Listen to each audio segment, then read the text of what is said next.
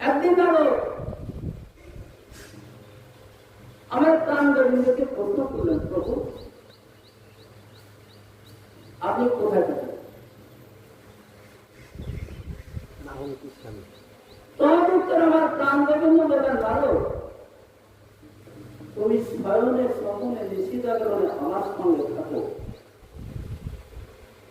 তুমি কি এত কিছু বুঝতে পারো না যে আমি কোথায় থাকি?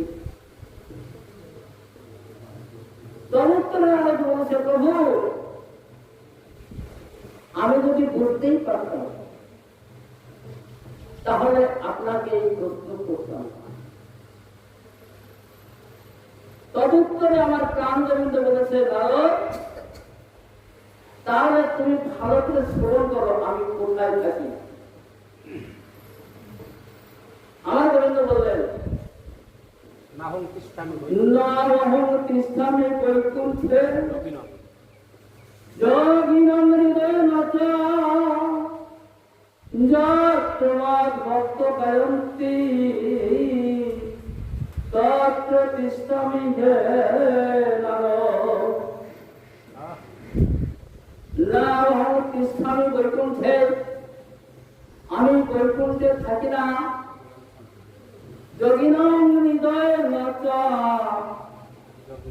যোগী কারা? যারা এই গৃহ সংসার আত্মীয় স্বজনের সবকিছু পরিত্যাগ করে বনে গিয়ে আমার প্রাণ গোবিন্দের সাধনায় রত, তারা হলেন যোগী। সেই যোগের হৃদয়ে অপেক্ষা। তবে আমি কোথায় থাকি?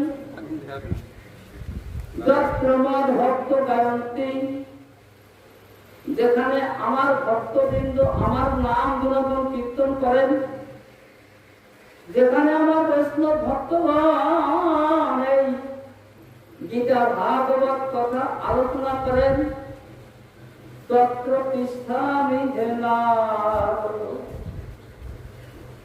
আমি তথায় তথায় থাকি হে নারদ। কৃষ্ণ, যেখানে আমার ভগবানের গুণ কীর্তন হয়, আমার ভগবান এবং ভক্তের গুণ কীর্তন আলোচনা করা হয়,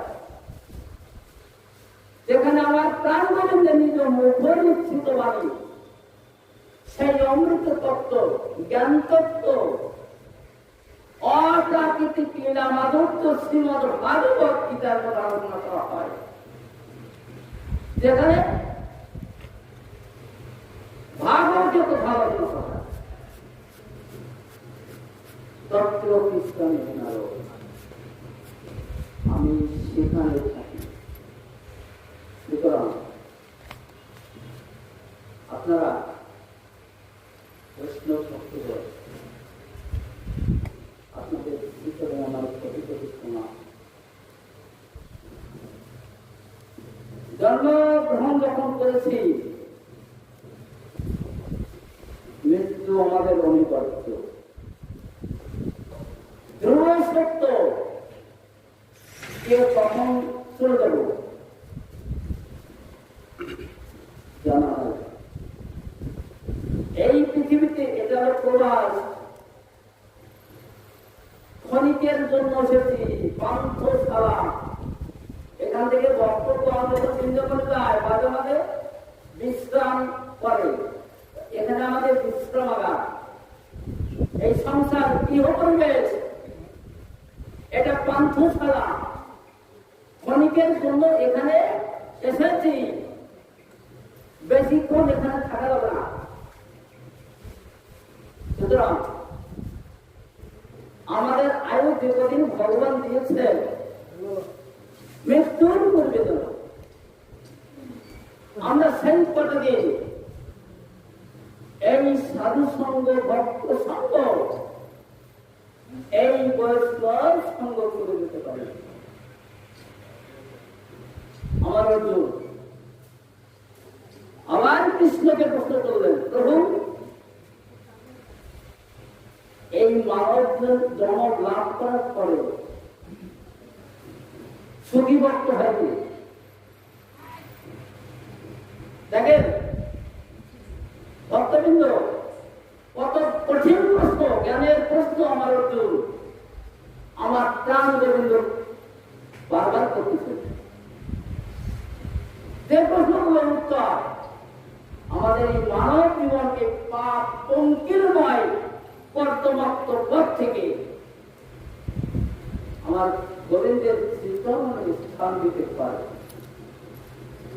তখন আমার প্রাণ গোবিন্দ বললেন, অর্জুন তুমি ভালো করে শোনো, স্বপ্ন তীব ইব যে শ্রম প্রাক শরীর বিমক্ষণাৎ কাম প্রদক্ষম বেদ প্রজাতি সুখী নর। অর্থাৎ কি, এই সুদূর্লভ মনুষ্য জন্ম লাভ করার পরে যে ব্যক্তি, যে ভক্ত অত্যন্ত সাধন সাধনের ফলে এই ষড়যুগ 10 ইন্দ্র লোভ লালসা কামনাকে বশীভূত করতে পেরেছেন, হরে কৃষ্ণ, সেই ভক্ত